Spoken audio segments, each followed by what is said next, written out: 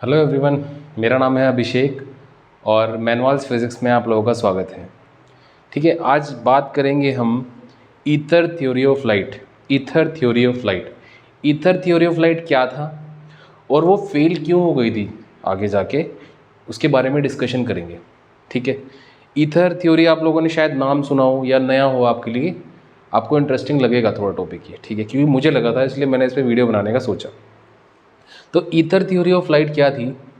देखिए, लाइट के नेचर के बारे में बहुत सारे लोगों ने बात की है कि लाइट किस तरह बिहेव कर रही है, किस तरह उसमें क्या क्या चीज़ें उसमें हो रही हैं। तो यानी लाइट का जो नेचर था ना, nature of light, nature of light, इसके बारे में बहुत लोगों ने बात की। जो इनिशियली बात की गई थी वो बात की गई थी न्यूटन के द्वारा। न्यूटन ने भी इस पर कुछ मतलब लाइट के नेचर के बारे में बात की है न्यूटन ने। तो न्यूटन ने भी अपनी एक थ्योरी दी थी जिसको हमने कॉर्पस्कुलर थ्योरी कहा था। उसके बारे में भी हम किसी दूसरी वीडियो में पढ़ सकते हैं, लेकिन आज जो हम बात करेंगे वो ईथर थ्योरी के बारे में बात करेंगे। ईथर थ्योरी ऑफ लाइट, ये एग्जैक्ट नेम नहीं है इस थ्योरी का, इसमें ईथर इंक्लूड हो रहा है, इसलिए मैंने इसको थोड़ा बोल दिया है ऐसे, ईथर थ्योरी ऑफ लाइट। तो ईथर थ्योरी ऑफ लाइट के बारे में बात की थी हाइगेंस ने। हाइगेंस ने इसके बारे में बात की थी। और मैं स्टार्ट करता हूँ। देखिए, जैसे अगर मैं बात करूँ स्टार्टिंग से, तो सबसे पहले नेचर की लाइट को न्यूटन ने जिस तरह से डिस्क्राइब किया, न्यूटन ने बोला कि लाइट क्या है, लाइट के अंदर टाइनी पार्टिकल्स हैं। वो टाइनी पार्टिकल्स को न्यूटन ने नाम दिया कॉर्पस्कल्स। कॉर्पस्कल्स, ये कॉर्पस्कल्स लाइट के अंदर मौजूद हैं एज अ टाइनी पार्टिकल्स। तो इसके ऊपर पूरी थ्योरी दी गई जो कि लास्ट में आके कॉन्ट्रडिक्ट कर गई। ठीक है, यानी वो गलत प्रूव हो गई खुद के उसमें ही।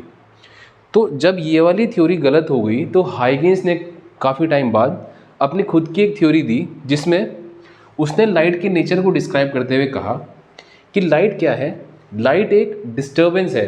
क्या है? पीरियोडिक डिस्टर्बेंस है। लाइट क्या है? एक पीरियोडिक डिस्टर्बेंस।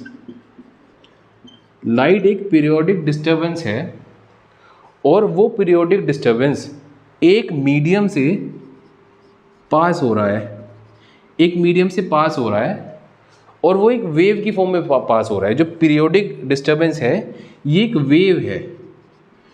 जैसे इस तरह की वेव होती है ना, ये वेव है एक, तो वेव है एक, पीरियोडिक डिस्टर्बेंस है और वो एक मीडियम से पास हो रहा है। ठीक है, और ये मीडियम यूनिवर्स में हर जगह मौजूद है। मतलब अगर लाइट को ट्रेवल करना है तो उसको इस मीडियम की ज़रूरत पड़ेगी, और इसी मीडियम को उन्होंने नाम दिया ईथर। इसीलिए मैंने इसको मोटा मोटा बोला कि ये ईथर थ्योरी ऑफ लाइट है। ठीक है, तो ईथर इन्होंने इसको नाम दिया। ठीक है, इस मीडियम को नाम दिया गया ईथर। तो ये थ्योरी क्या बोल रही है? According to this theory, light क्या है? एक पीरियोडिक डिस्टर्बेंस है जो कि ट्रेवल कर रही है through a medium in the form of wave, in the form of wave, और इस मीडियम को इन्होंने नाम दिया ईथर। ठीक है, और इन्होंने बोला कि ईथर जो है वो पूरे यूनिवर्स में हर जगह प्रेजेंट है। तो इसीलिए लाइट को ट्रेवल करने के लिए इस मीडियम की आवश्यकता रहेगी हमेशा। ठीक है, अब इसके बाद इसी थ्योरी में आगे बात की फ्रेनल ने। फ्रेनल ने बोला, फ्रेनल ने एक करेक्शन की इसमें। मतलब मैं एक बहुत बड़ा डिस्क्रिप्शन है इसका, एक मैं बहुत कॉम्पैक्ट करके बता रहा हूँ आप लोगों को। इसमें जो यहाँ से कंक्लूजन निकला था हाइगेंस के द्वारा, उसने बोला था कि जो लाइट है वो एक लॉन्गिट्यूडनल वेव की तरह बिहेव करती है। लॉन्गिट्यूडनल वेव, जैसे साउंड वेव्स लॉन्गिट्यूडनल वेव्स होती हैं, इसी तरीके से लाइट वेव्स भी लॉन्गिट्यूडनल वेव्स होती हैं। जिसमें फ्रेनल ने आके इसमें करेक्शन करके बताया कि ये लॉन्गिट्यूडनल ना होके ट्रांसवर्स वेव्स हैं, जो कि सही बात है, जो हमें पता है कि लाइट वेव क्या होती है, ट्रांसवर्स वेव होती हैं। ठीक है, इसमें जो मेन बात रही जिसकी वजह से ये थ्योरी जो है वो गलत प्रूव हुई, वो क्या थी, वो बात करते हैं। ये थ्योरी का गलत प्रूव होने का जो मेन रीज़न था वो क्या था, वो बात करते हैं। इनकी थ्योरी के अकॉर्डिंग जो स्पीड ऑफ लाइट थी वो इस तरह से डिस्क्राइब की गई, c equals to under root E upon rho, where E is elasticity of medium और rho is density of medium. कौन सा मीडियम? ईथर। ईथर की इलास्टिसिटी है और ईथर की डेंसिटी है, ठीक है। अब हमें एक बात पता है अच्छे से, ये सबको पता थी शुरू से कि जो सी होता है, ये सी क्या है? Speed of light. ये बहुत ज़्यादा होता है, बहुत ज़्यादा होता है, ये बहुत ज़्यादा होता है, ठीक है। मतलब इसकी वैल्यू बहुत ज़्यादा होती है, बहुत बड़ी होती है इसकी वैल्यू। तो यानी अगर सी की वैल्यू को मुझे बड़ा करना है, सी की वैल्यू को मुझे बड़ा करना है, तो इस फॉर्मूले के अकॉर्डिंग इस इलास्टिसिटी की वैल्यू बड़ी होनी चाहिए और इस डेंसिटी की वैल्यू छोटी होनी चाहिए। अगर मुझे सी को बड़ा करना है तो इलास्टिसिटी की वैल्यू भी बड़ी होनी चाहिए और डेंसिटी की वैल्यू भी बड़ी होनी चाहिए इस फॉर्मूले के अकॉर्डिंग। लेकिन रियलिटी में ऐसा नहीं होता है। यही रीज़न रहा था कि ये थ्योरी गलत प्रूव हुई थी। ऐसा क्यों नहीं होता है ये देखते हैं अब। देखिए, अगर मैं आपसे एक सिंपल सा क्वेश्चन पूछूं क्लास 11 का कि एक मेरे पास स्टील है और एक मेरे पास रबर है और दोनों की मेरे पास ये रोड है इतनी, यहाँ पे सभी डायमेंशन सेम है, सब कुछ सेम है, बस ये स्टील की है, ये रबर की रोड है। तो अगर मैं पूछूं कि इन दोनों में से इलास्टिसिटी किसकी ज़्यादा होती है, नॉर्मली लोग सोचते हैं कि इलास्टिसिटी का मतलब होता है कि जो ज़्यादा खींच रहा है। ऐसा नहीं होता है, ठीक है। फिजिक्स में इलास्टिसिटी का मीनिंग कुछ और होता है, ठीक है।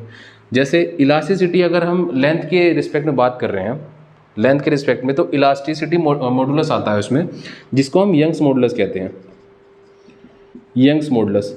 और उस यंग्स मॉडुलस की वैल्यू होती है F/A और ये delta L/L, where F is a restoring force. तो ये इलास्टिसिटी का जो मॉडुलस है ये फोर्स पे डिपेंड कर रहा है, and this force is restoring force और फोर्स अप्लाइड, दोनों सेम ही हुआ करते थे, एक्सटर्नल फोर्स और रिस्टोरिंग फोर्स। तो इन दोनों में से जिसमें भी ज़्यादा डिफॉर्मिंग फोर्स लगेगी इसकी ओरिजिनल लेंथ को चेंज करने में, उसकी इलास्टिसिटी ज़्यादा होगी। इसलिए स्टील की इलास्टिसिटी ज़्यादा होती है, यानी स्टील की elasticity is greater than rubber की इलास्टिसिटी, ठीक है। अगर मैं बोल रहा हूँ इलास्टिसिटी ज़्यादा है, यानी फोर्स ज़्यादा लग रही है उसमें, ठीक है। फोर्स ज़्यादा लग रही है मतलब इसके अंदर जो मॉलिक्यूल्स होंगे वो बहुत पास पास होंगे, तभी इसमें मुझे फोर्स को ज़्यादा लगाना पड़ रहा है। इसमें फोर्स कम लग रही है इसके कंपैरिजन में, मतलब इसके मॉलिक्यूल उसके कंपैरिजन में थोड़े दूर होंगे, ठीक है। अब देखो, ये सेम ही डायमेंशन की रोड थी दोनों, इसमें इतने सारे मॉलिक्यूल्स हैं अंदर, इसमें इतने कम मॉलिक्यूल्स हैं, ठीक है। इसका मतलब क्या हुआ कि density of steel is greater than density of rubber.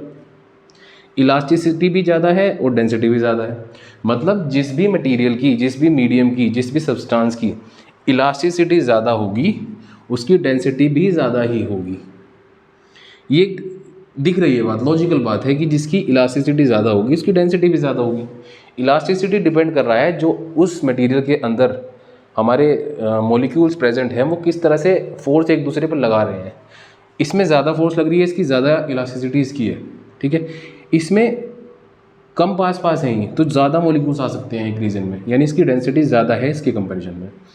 अब यहाँ पे ये कॉन्ट्रडिक्शन ये आ गया, देखो इन्होंने क्या बोला इस फॉर्मूला के अकॉर्डिंग कि ये मीडियम ऐसा है जिसकी इलास्टिसिटी भी ज़्यादा है और डेंसिटी कम है, लेकिन ऐसा पॉसिबल नहीं है। किसी भी मीडियम की अगर इलास्टिसिटी ज़्यादा है तो उसकी डेंसिटी कम हो ही नहीं सकती, उसकी डेंसिटी भी ज़्यादा ही होगी, ठीक है। तो दिस इज़ द कॉन्ट्रडिक्शन। इसीलिए हमारी ईथर थ्योरी जो है वो फेल हो गई थी, इसीलिए हमारी ईथर थ्योरी फेल हो गई थी। इसके बाद हमारी और थ्योरीज आई, जैसे मैक्सवेल ने अपनी EM थ्योरी दी, वो एक क्लासिकली बेस्ट थ्योरी है लाइट के लिए, क्लासिकली वो अच्छी थ्योरी है, वो चीज़ों को प्रूव करती है, चीज़ों को एक्सप्लेन करती है, उसमें ईथर का रोल नहीं बचता है। उसमें हमें उन्होंने एक्सप्लेन कर दिया है पहले ही कि लाइट को प्रोपोगेशन के लिए कोई भी मीडियम की ज़रूरत नहीं पड़ती है, ठीक है। तो ये बात थी ईथर थ्योरी क्यों फेल हुई उसकी। ये टॉपिक मुझे इंटरेस्टिंग लगा इसलिए मैंने बात की इसके बारे में। बाकी थैंक यू सो मच, अपना ध्यान रखिए, बाय बाय।